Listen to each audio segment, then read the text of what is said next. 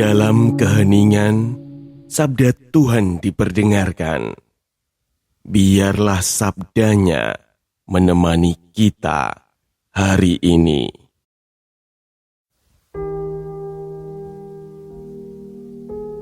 Bacaan dari kitab Yesaya. Beginilah firman Tuhan Allah. Serukanlah kuat-kuat, janganlah tahan-tahan. Nyaringkanlah suaramu bagaikan sangkakala. Beritahukanlah kepada umatku pelanggaran mereka, dan kepada kaum keturunan Yakub dosa mereka. Memang setiap hari mereka mencari aku dan suka untuk mengenal segala jalanku. Seperti bangsa yang berlaku yang benar dan tidak meninggalkan hukum Allahnya, mereka menanyai aku tentang hukum-hukum yang benar. Mereka suka mendekat menghadap Allah dan bertanya, "Kami berpuasa, mengapa engkau tidak memperhatikannya juga? Kami merendahkan diri, mengapa engkau tidak mengindahkannya juga?" Camkanlah, pada hari puasamu, engkau masih tetap mengurus urusanmu, dan kamu mendesak-desak semua buruhmu.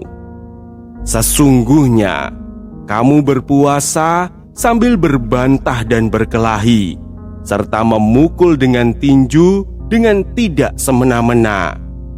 Dengan cara berpuasa seperti ini, suaramu tidak akan didengar di tempat tinggi.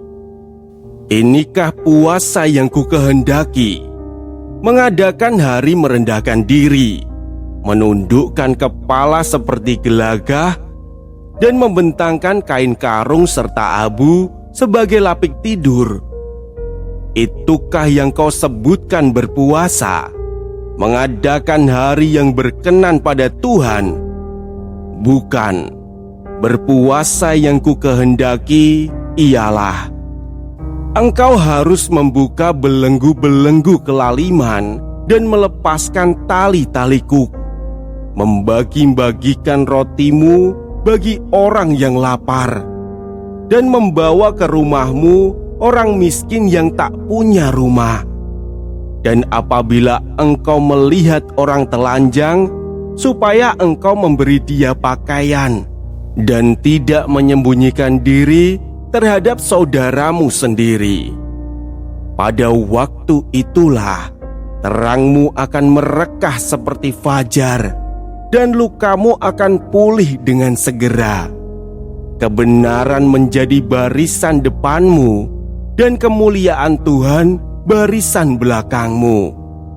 Pada waktu itulah engkau akan memanggil, dan Tuhan akan menjawab.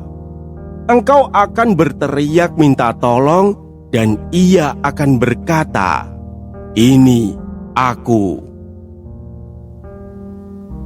Demikianlah sabda Tuhan.